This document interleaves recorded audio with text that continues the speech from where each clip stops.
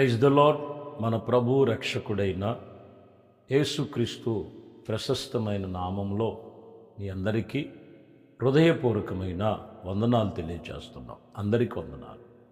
ప్రతిరోజు ఈ రీతిగా కలుసుకునటానికి దేవుడు ప్రతి ఒక్క రోజు ఒక్కొక్క వాక్యము చేత మనల్ని ఆత్మీయతలో బలపరుస్తూ, అలాగే ఆ వాక్యాన్ని వినుచు ఆత్మకు దేవుని సన్నిధిని అప్పగించుకొనుచున్న వారు ధన్యులని వాక్యం చెప్తున్న మాట.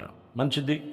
పరిశుద్ధ గ్రంథములో నుంచి యోహాను సువార్త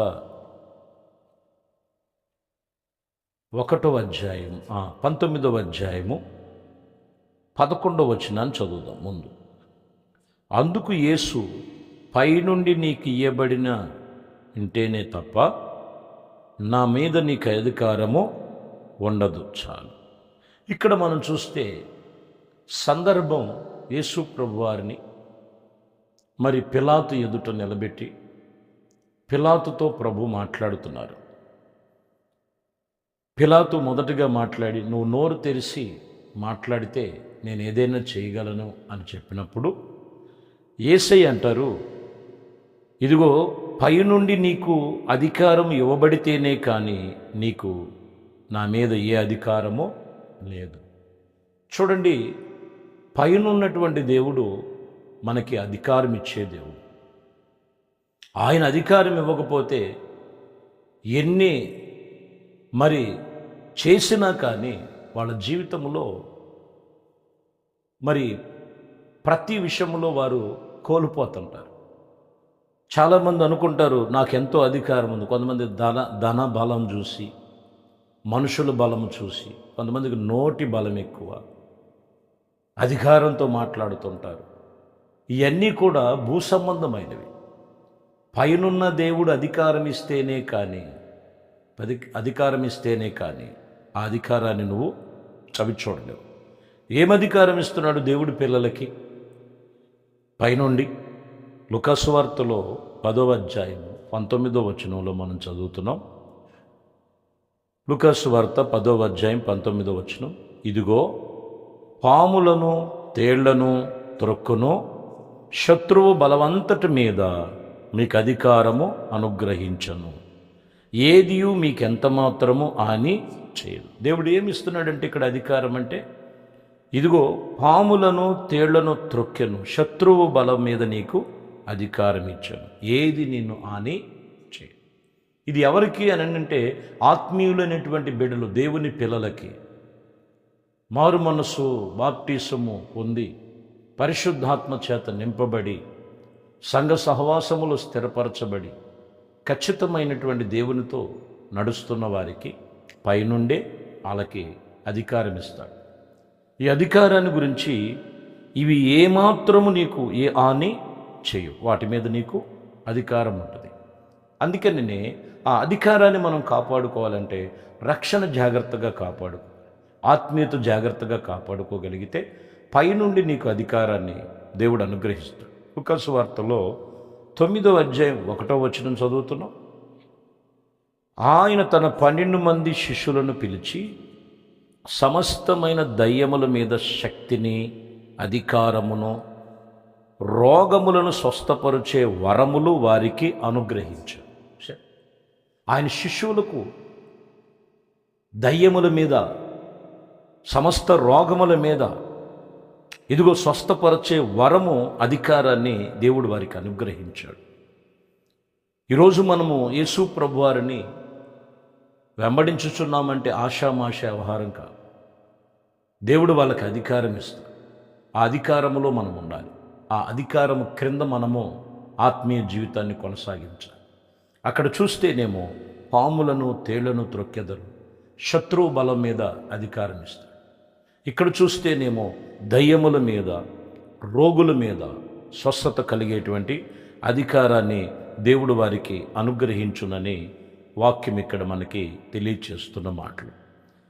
మత్తయి సువార్త 9వ అధ్యాయములో 8వ వచనం, జనులు అది చూసి భయపడి మనుషులకిట్టి అధికారం ఇచ్చిన దేవుణ్ణి మహిమపరిచారు. చూడండి, జనులందరూ అది చూసి భయపడిపోయారు, దేవుడు చేసినటువంటి అలా అధికారాన్ని చూసి. అది చూసి, అధికారమును చూసి దేవుణ్ణి మహిమపరిచినట్లుగా రాయబడి ఉంది. ఈరోజు ఆత్మీయ జీవితంలో దేవుడు ఎన్నో అధికారాలు ఇస్తున్నాడు. అధికారాన్ని ఎక్కడ పోగొట్టుకుంటున్నారు? ఏ విషయంలో పోగొట్టుకుంటున్నారు? కొందరు చూస్తే ప్రార్థనలో వెనకబడిపోయిన అనుభవాలు ఉంటాయి. కొంతమంది సంఘ సహవాసంలో వెనకబడిపోయిన అనుభవాలు ఉంటాయి. దేవుని యొక్క సన్నిధిలో రక్షణ పొందుకొని లోకమనే వ్యసనంలో పడిపోయి ఆ అధికారాన్ని కోల్పోయే దాఖలాలు కనపడుతుంటాయి. కాబట్టి ప్రియమైన దేవుని బిడ్డలారా, ఎవరికి లేని ధన్యత దేవుడు నీకు ఇచ్చాడు. లోకములో నుండి వేరు చేసి యేసుక్రీస్తు రక్తము చేత కడగబడి ఆయన సన్నిధిలో రక్షించబడిన నీవు ఆ అధికారాన్ని పోగొట్టుకోకూడదు. దేవుడు మనకిచ్చిన గొప్ప అధికారము ఇదిగో అనేక మంది చూసి దేవుణ్ణి మహిమపరచబడినాడు. నీకు కూడా ఆ అధికారాలు ఉన్నాయి. నీవు దేవునికి లోబడి ఉన్నట్లయితే ఆ అధికారానికి నీకు ప్రతి విషయంలో దేవుడు సమస్తమును నీకు అధికారం ఇస్తాడు. యోహాను సువార్త 20వ అధ్యాయము 23వ వచనం చదువుతున్నాం. మీరు ఎవరి పాపములు క్షమించుదురో అవి వారికి క్షమించబడును, ఎవరి పాపములు మీరు నిలిచి ఉంటారో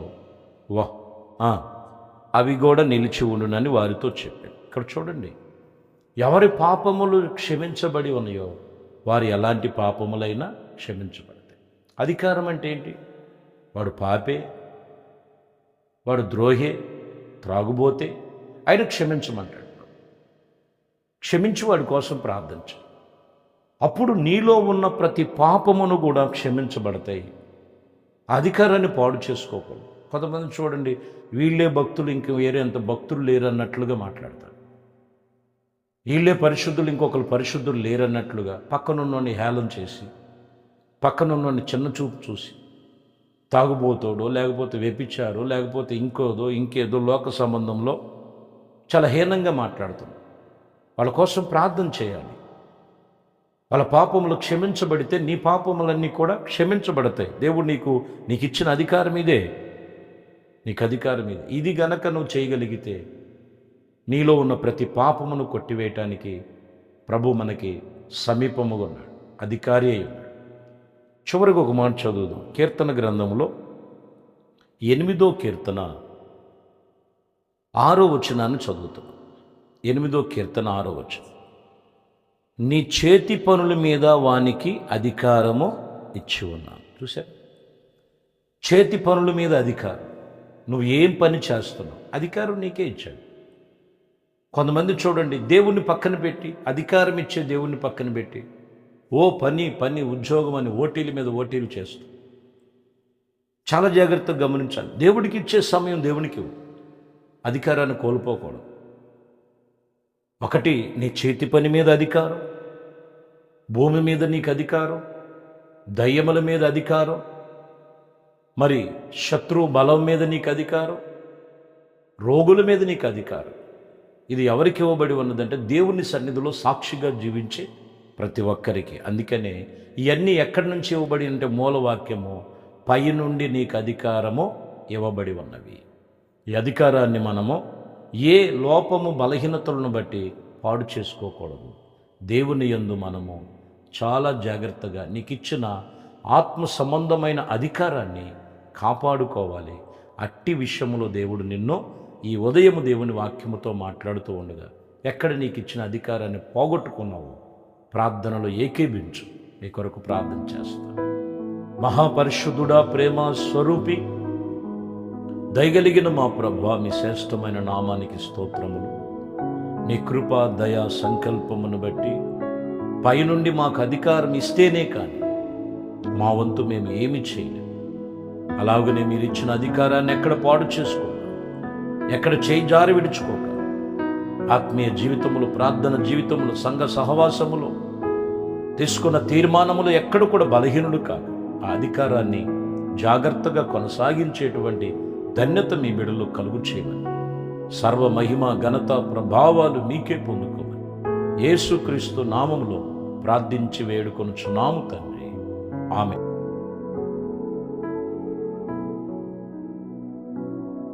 15వ వచనాన్ని చదవండి. యెహోషువ గ్రంథము పరిశుద్ధ గ్రంథం